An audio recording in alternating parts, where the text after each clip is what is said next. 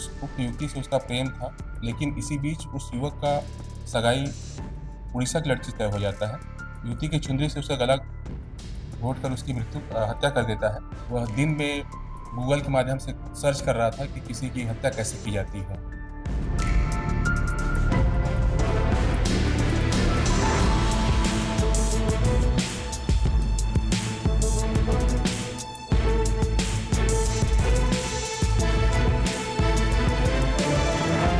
कोंडागांव जिला के माकड़ी थाना क्षेत्र अंतर्गत एक हत्या का मामला सामने आया है, जिसमें एक युवक ने अपनी प्रेमिका को गला घोंटकर हत्या किया, लेकिन हत्या के बाद उसने इस हत्या को आत्महत्या का रूप देकर अपनी कारस्तानी को छुपाने की कोशिश की। हमारे साथ इस वक्त दौलतराम पोर्ते, कोंडागांव के अतिरिक्त पुलिस अधीक्षक मौजूद हैं, जो इस पूरे घटनाक्रम से पर्दा उठाने वाले हैं। सर, किस तरह का ये पूरा घटनाक्रम था?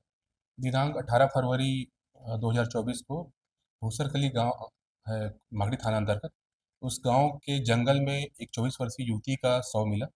घटनास्थल निरीक्षण के लिए थाना की टीम पहुंची तो घटनास्थल संदेहास्पद था।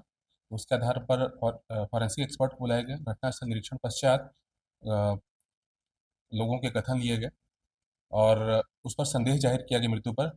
संदेह के आधार पर कई लोगों से पूछताछ की गई। पूछताछ पर एक संदेही लखी चंद मरकाम, पिता सोमारू मरकाम, उम्र 24 वर्ष, निवासी कुर्लू बाहर माकड़ी, अ, संदेहास्पद लगा। उससे पूछताछ पर अपना बाद में घटना करना स्वीकार किया। आरोपी ने बताया कि उस उक्त युवती से उसका प्रेम था, लेकिन इसी बीच उस युवक का सगाई उड़ीसा की लड़की से तय हो जाता है। लड़की का कहना था कि उससे सगाई मत करो, तो आरोपी ने मृतका को, उस युवती को अपने रास्ते से हटाना चाहा। उसने योजनाबद्ध तरीके से उस युवती को बाहर बुलाया है और बाहर बुलाने के पश्चात बात करने के दौरान ही युवती की चुनरी से उसका गला घोंटकर उसकी हत्या कर देता है।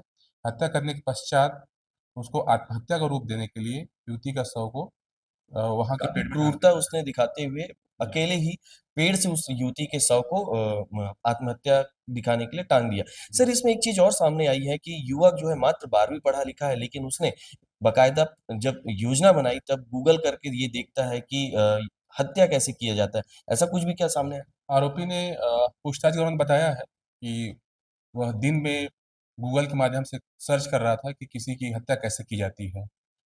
सर, इसमें एक बात और ये भी आई है कि वो जब हत्या कर चुका होता है, उसके बाद युवती के मोबाइल को फ़ॉर्मेट करता है, ताकि कोई भी कॉल डिटेल या रिकॉर्डिंग उसके खिलाफ ना मिल पाए। आरोपी हत्या करने के पश्चात मृतका के मोबाइल को फ़ॉर्मेट कर दिया था। उसके आधार पर ही हमको संदेह हुआ था कि घटना संदेहास्पद है। जी, शुक्रिया। तो ये थे अतिरिक्त पुलिस अधीक्षक दौलतराम पोर्ते, जो बता रहे थे कि युवक भले ही कितना ही सातिराना अंदाज़ से इस हत्या को अंजाम दिया हो, लेकिन पुलिस की पैनी निगाहें इस हत्या के वारदात को पहले ही नज़र पर समझ चुकी थी, और जिस तरह से उन्होंने विवेचना किया, उससे इस हत्या का पूरा खुलासा हो गया। आईबीसी 24 की खबरों को यूट्यूब के चैनल आईबीसी बस्तर पेज पर लाइक एवं शेयर करना ना भूलें। साथ ही बेल आइकॉन दबाकर चैनल को सब्सक्राइब ज़रूर करें। कोंडागांव से आईबीसी 24 के लिए अंजय यादव।